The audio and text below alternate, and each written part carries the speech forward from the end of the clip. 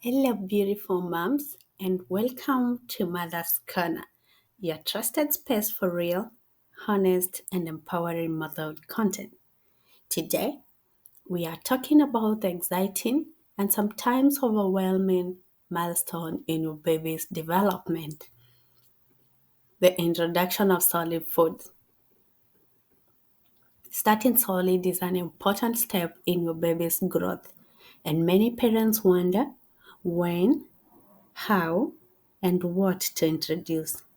So, in this episode, we'll cover when to start solids, signs of readiness, and best foods to start with, feeding methods, and all practical tips to help you make this transition smooth and enjoyable for both you and your baby. The American Academy of Pediatricians and the World Health Organization recommend starting solids around 6 months of age. However, every baby is different, and it is essential to look for signs of readiness rather than just go by age. So, these signs include number one, good head and neck control. Check whether your baby can sit up with little to no support. Loss of tongue thrust reflex. See whether your baby no longer automatically pushes food out of their mouth. Interest in food. Look whether your baby watches others eat, reaches for food, or opens their mouth when offered food. Ability to grasp objects. Be on the lookout whether your baby can pick up some small items and even bring them to their mouth. Dear mama, trust your baby's cues. If they are showing signs of readiness, it is time to begin this new adventure. Starting with the right foods can help your baby develop healthy eating habits. Nutrient-dense, single ingredient foods are the best for beginners. These foods are iron-rich foods. Things like baby cereal, pureed meat, lentils, and beans. Soft fruits and vegetables like mashed avocados, sweet potatoes, bananas, and steamed carrots. For healthy fats, you can go for full to fat yogurts, nut butter, and eggs. Whole grains, you can try oatmeal and whole wheat toast, but remember to cut into appropriate sizes. However, there are foods to avoid initially. Number one, honey. Honey has the risk of botulism for babies under 1 year. Cow's milk is a main drink. Initially, breast milk or formula should still remain primary until 1 year. Choking hazards like walnuts, grapes, hot dogs, and popcorns, raw carrots should be avoided. Excessive salt and sugar. Try to focus on natural flavors and textures instead. Dear Mama, when introducing new foods, always remember to introduce one new food at a time, and wait 3 to 5 days before introducing another to monitor for allergies or intolerances. Different parents have different approaches to starting solids. Let's look at the two main methods, which are the purees or spoon feeding and baby-led weaning.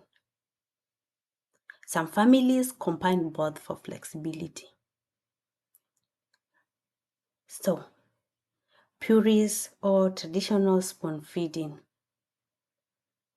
For this, start with smooth, mashed food and gradually progress to thicker textures. It is important because parents spoon feed babies while monitoring cues for hunger and fullness. And also it allows controlled food introduction and easier when tracking intake. baby-led weaning. This method is equally good because babies feed themselves with appropriately sized soft food. It encourages self-regulation and fine motor skill development. It can be messy, but it fosters independence. Combining both purees and baby-led weaning offers both purees and finger foods. It allows your baby to explore textures while still getting the necessary nutrient. So, dear mama, there is no one size fits all approach.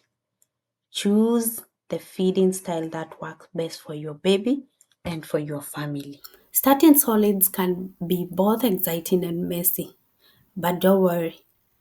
Here are some practical tips that make this transition smoother. So, rule number one, try slowly. Begin with one meal per day and gradually increase. Number two, follow your baby's lead. Let your baby explore new foods at their own pace. 3. Make mealtime enjoyable. Sit together, smile, and make eating with a positive experience. 4. Offer a variety of texture and flavors. This helps prevent picky eating later on. Expect messiness, dear mama. Embrace the mess. It is part of learning. And use baby-safe utensils and cups. Introduce spoons and open cups early. So, handling challenges like baby refuses food, don't worry. It's normal and it happens to many people. So try again another day. It can take multiple exposures before acceptance. Food allergies. Introduce allergic foods like peanuts, eggs, dairy early and monitor closely. And always remember to supervise mealtime. So be patient and have fun. Every baby progresses at their own pace, and that's okay. Now let's bust some myths and common asked questions. And let me tell you the truth. Babies can safely eat soft foods with their gums. While iron fortified cereals are good, other iron rich foods are equally good. The myth that introducing solid too early will help my baby sleep better, there is no evidence that solid improves sleep development is separate from feeding. So trust the process. There is no rush introducing solid. It's about exploration, learning, and enjoyment. So as we wrap up today's discussion on introducing solids, remember that every baby is unique. So follow your baby's cues and go at their pace. Start with nutrient-dense food and introduce a variety of textures. Remember, feeding is a journey and not a race. So, dear mama, be patient, embrace the mess, and enjoy watching your baby explore new flavors. Always trust yourself. You know your baby's best, and you are doing an amazing job. So, dear mama, thank you once again for joining me. If you found this episode helpful, don't forget to like, share, and to subscribe for more real and empowering parenting content. Until next time, happy feeding and enjoy the new milestone with your little one. Bye bye.